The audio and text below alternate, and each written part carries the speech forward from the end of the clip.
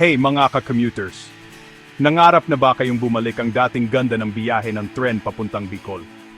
Yung tipong, sasakay ka lang sa PNR, tapos maya-maya, tanaw mo na ang mayon, o naamoy mo na ang sariwang hangin ng probinsya.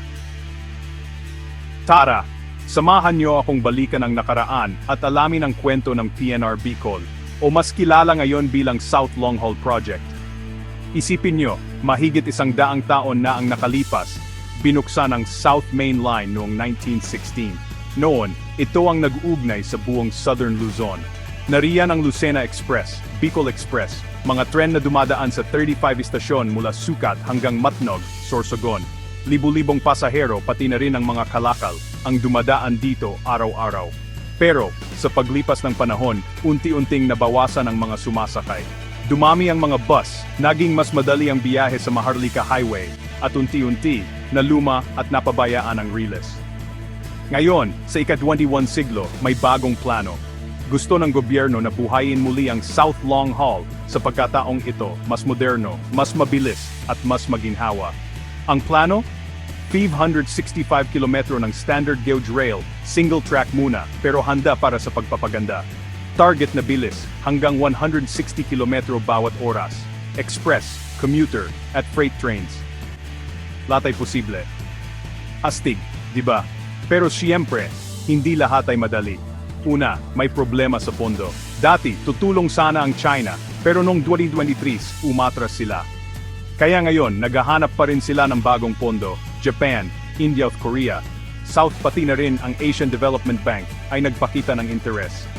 Sa ngayon, pre-construction pa lang ang natatapos at wala pa talagang aktwal na trabaho sa mismong Riles. Minsan, ang buhay ng proyektong ito ay parang teleserye. Balik-balik, laging may hadlang, budget, paglilipat ng mga informal settler, at siyempre, politika. Pero kahit na ganoon, hindi nawawala ang pag-asa. Isipin nyo, kung matuloy ito, 100,000 pasahero araw-araw, mas mabilis na biyahe mula Bicol papuntang Manila at malaking tulong sa kalakalan at turismo sa Southern Luzon. Bakit mahalaga na buhayin ang PNR Bicol?